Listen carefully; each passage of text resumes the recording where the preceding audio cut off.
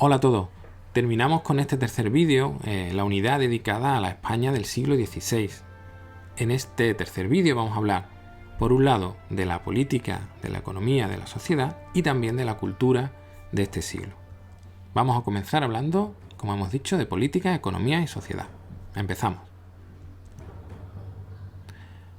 Vamos a hablar sobre la monarquía hispana, porque el sistema de gobierno que va a tener la monarquía en este periodo, en el 16, es lo que se denomina monarquía autoritaria, de la que ya hemos hablado un poco cuando hablamos de los reyes católicos. Vamos a repasar y vemos los elementos principales de esta monarquía autoritaria. Esta monarquía va a tener, por un lado, que tenemos ya una nobleza sometida, ya no es la nobleza de la Edad Media.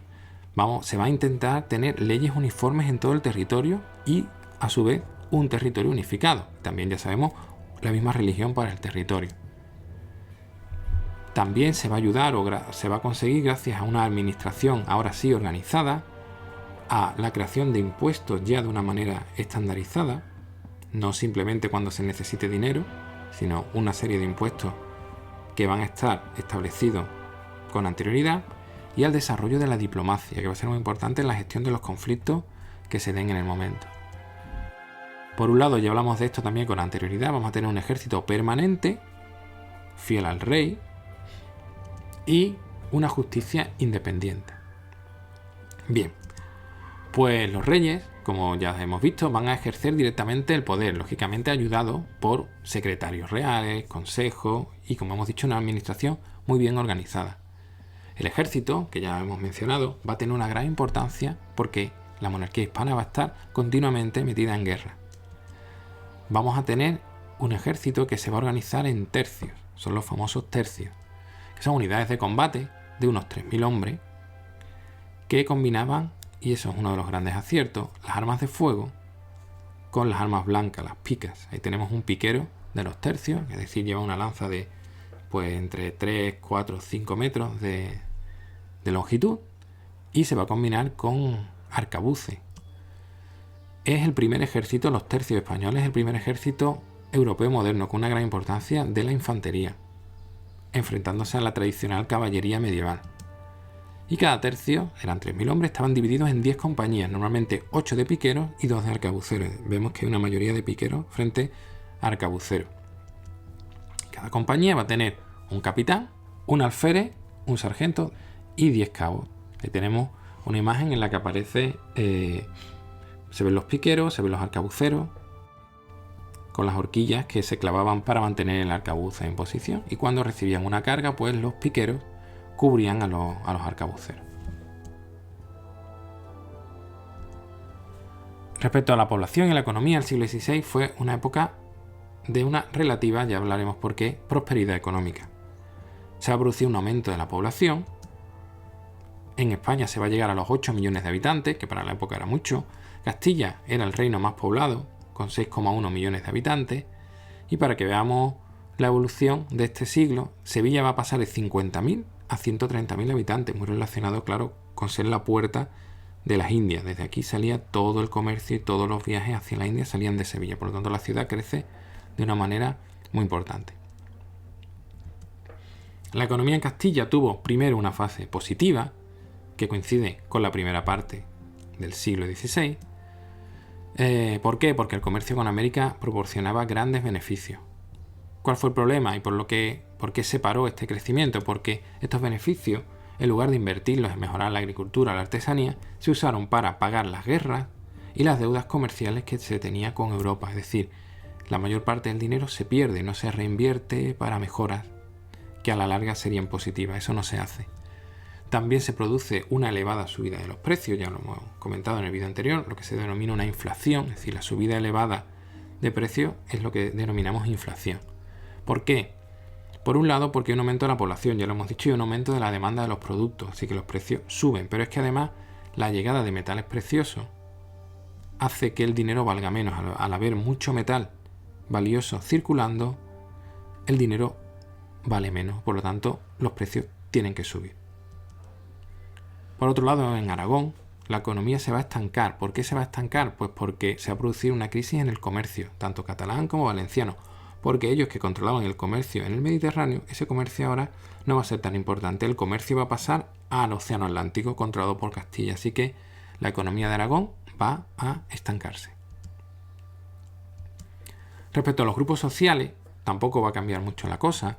Vamos a tener los grupos privilegiados, la nobleza y el clero, ya sabemos ahora, van a estar sometidos al poder del rey.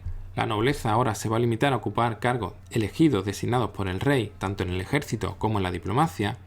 Y el clero va a estar muy controlado por el rey. De hecho, va a sufrir la intervención de la monarquía en sus asuntos. Por ejemplo, el rey va a elegir a los candidatos a cargos eclesiásticos, por lo tanto el rey va a intervenir en la organización de la iglesia. El clero va a estar muy sometido, como podemos ver. Pero a pesar de todo esto, lógicamente mantienen sus privilegios y su poder económico. El tercer estado, pues mayoritariamente va a seguir formado por campesinos y la burguesía no se desarrollará tanto como debiera. ¿Por qué?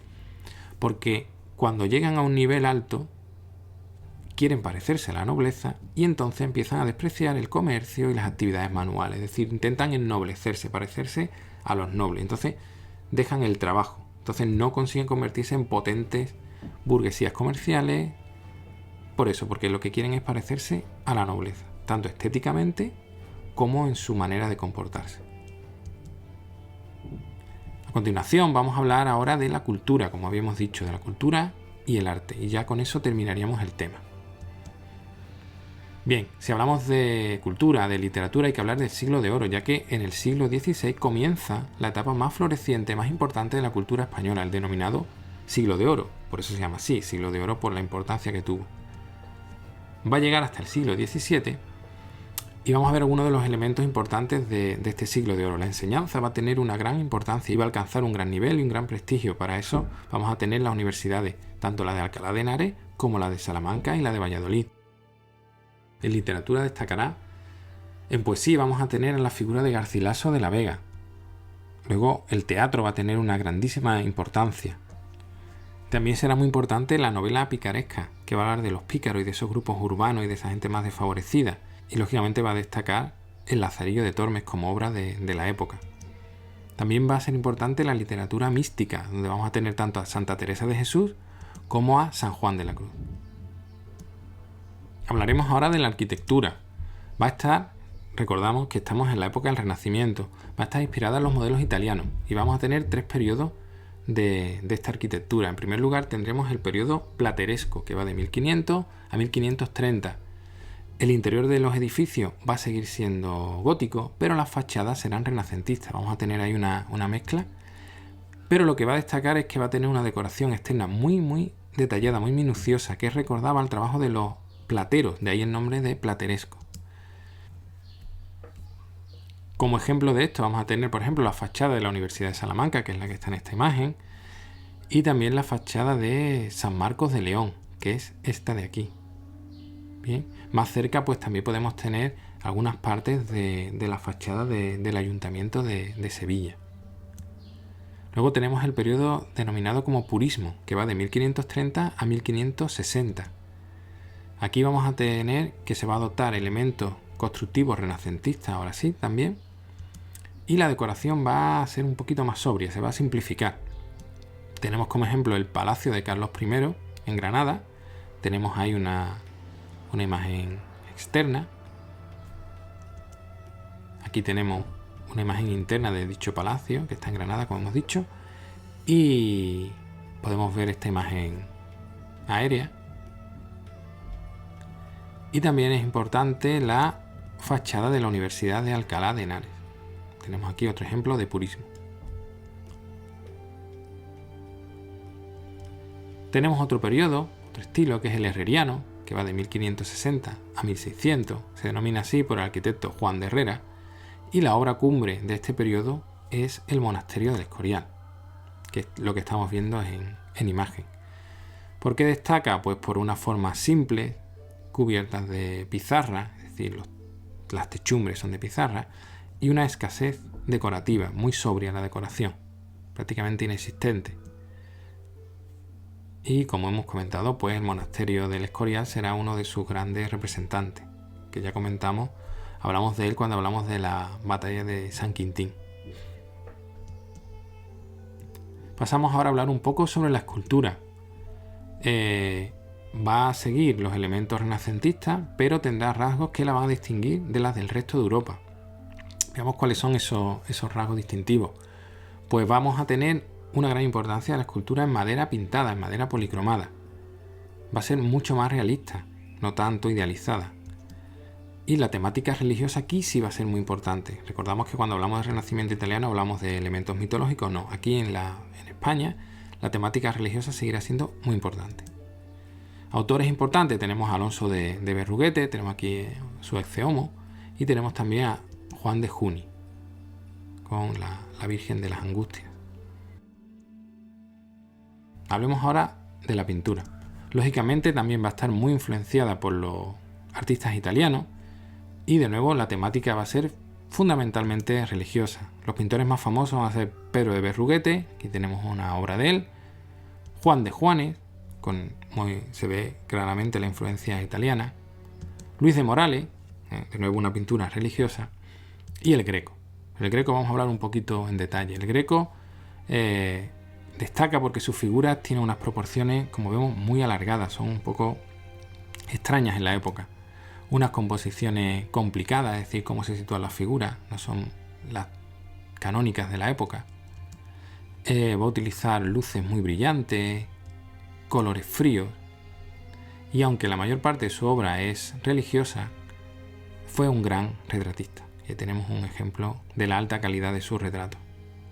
Bien, pues hasta aquí este tercer vídeo y hasta aquí la unidad dedicada a España en el siglo XVI. Espero que os haya parecido interesante y gracias por verlo.